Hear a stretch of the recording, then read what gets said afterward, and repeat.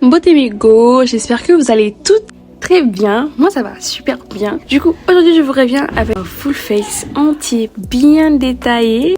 So avant de commencer mon maquillage, je me nettoie toujours la face avec une lingette. C'est la chose la plus primordiale à faire avant de commencer. Puis je vais enchaîner avec une base matifiante. Pourquoi elle est-elle importante? Juste parce que ça va permettre à ton maquillage de durer plus longtemps.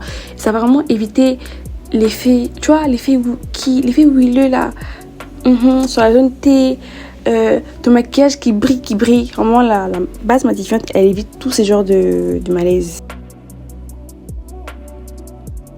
Mais go, vous savez comment je galère tout le temps à faire mes sourcils, mais je vais quand même vous expliquer comment je fais mes sourcils. Tout d'abord, au début, je commence à le plaquer avec un gel à sourcils.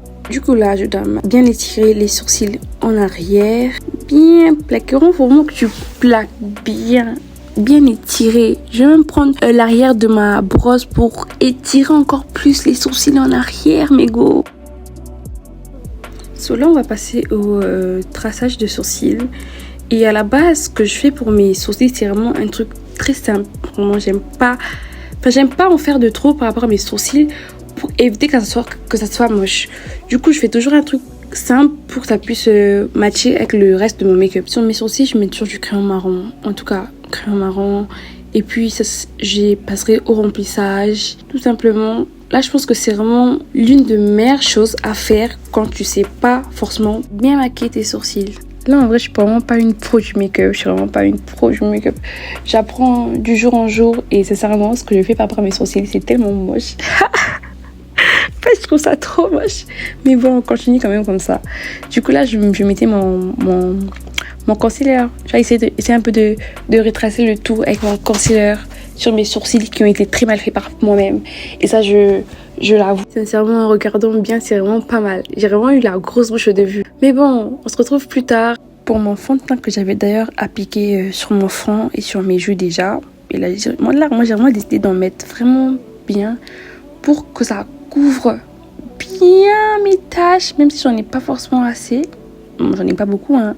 Là, on va passer au tapotage. En tout cas, pour le tapotage, c'est vraiment la partie la plus importante parce que tu vois, il faut s'assurer que ton fond de teint puisse bien s'unifier avec ta peau.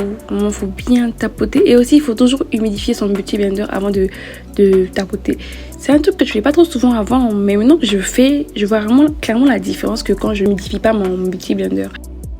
En tout cas, si tu es ancienne, tu sais déjà que j'aime beaucoup mélanger deux fonds de teint, un plus clair, un plus sombre. D'où le plus clair, je le mets souvent en dessous des yeux, un peu comme un anti-cerne, mais qui n'est pas forcément un anti-cerne, pour que ça réveille un peu le teint. Vu que de base, quand je mets juste qu'un seul fond de teint, je trouve que mon visage il est trop fade, qu'il est trop triste et qu'il faut juste le deuxième fond de teint un peu plus clair pour me rendre un tout petit peu, sucrée, un tout petit peu succulente. En fait, là, je sais même pas pourquoi je n'étais pas allée prendre une pince ou un foulard pour essayer de lier ma perruque, parce que là, ça me dérangeait de fou dans mon make-up.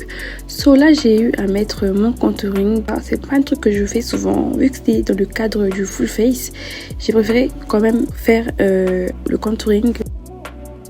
Là, on va passer à ma partie préférée du maquillage, le blush. Sincèrement, je pense que il n'y a pas de Kitia sans blush. Je suis vraiment une grande amoureuse du blush. J'aime beaucoup le blush.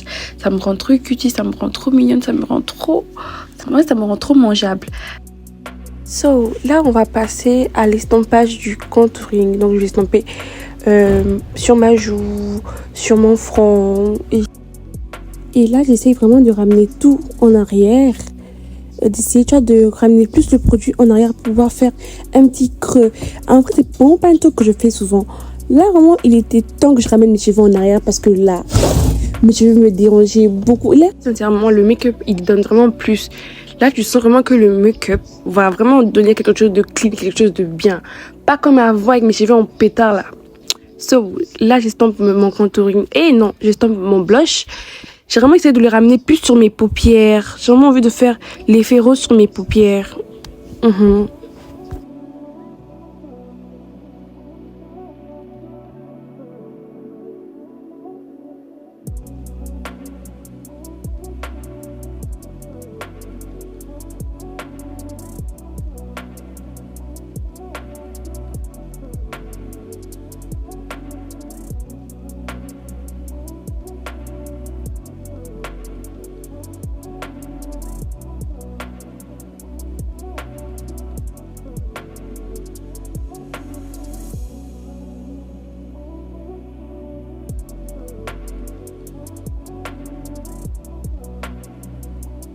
Je vais matifier le tout avec une poudre matifiante.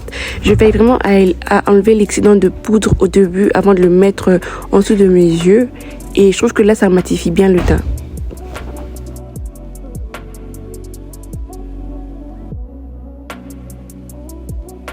Là, on va passer au blush en poudre pour que ça me rende encore plus cutie. So, j'en mets bien sur mes pommettes. Sincèrement, moi, je veux pas me maquiller sans mettre du blush. En plus, avant, j'avais pas l'habitude de mettre le blush en poudre. Mais là, vu que j'avais mis une poudre compacte, j'ai jugé mieux de mettre un blush en poudre pour accentuer encore plus le blush liquide. Je vais mettre une coupe matifiante près de mes lèvres parce que parfois j'ai souvent des plis quand je souris. Des plis, on dirait des rides, et ça je trouve ça vraiment pas beau. Du coup là on va passer à mes lèvres. Pour une première, je vais mettre un crayon noir juste aux extrémités de mes lèvres et puis rajouter un crayon marron. So là je vais rajouter du nude sur mes lèvres pour donner un peu de couleur. Et je vais rajouter aussi mon gloss. So pour le gloss, pour éviter que le marron et le rose se mélangent, j'essaie de mettre ma première couche de gloss avec un pinceau, enfin avec l'arrière de mon pinceau sur ma lèvre, pour éviter que mon crayon marron et que mon nude se mélange. Et puis là, je rajoute un gloss sur la partie, sur le nude, voilà. Et là, je passerai aux paupières. Je mets toujours un concealer sur mes paupières pour mieux faire tenir le fard à paupières.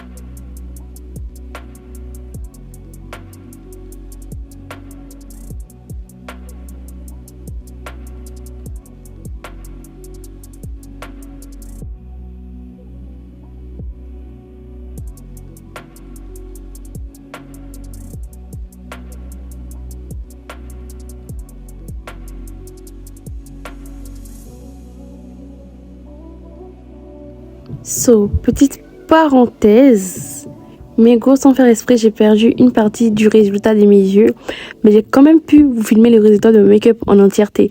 Mais ce qui est dommage, c'est que vu qu'il se faisait vraiment tard, je sais filmer les résultats, mais mon make-up était déjà gâté, déjà trempé, tu vois. Mais je pense que là, on peut quand même voir mes yeux en général. Sinon, c'est la fin de la vidéo. J'espère que vous avez kiffé la vidéo. Moi, j'ai vraiment kiffé. Même si j'aime pas forcément faire des voix off.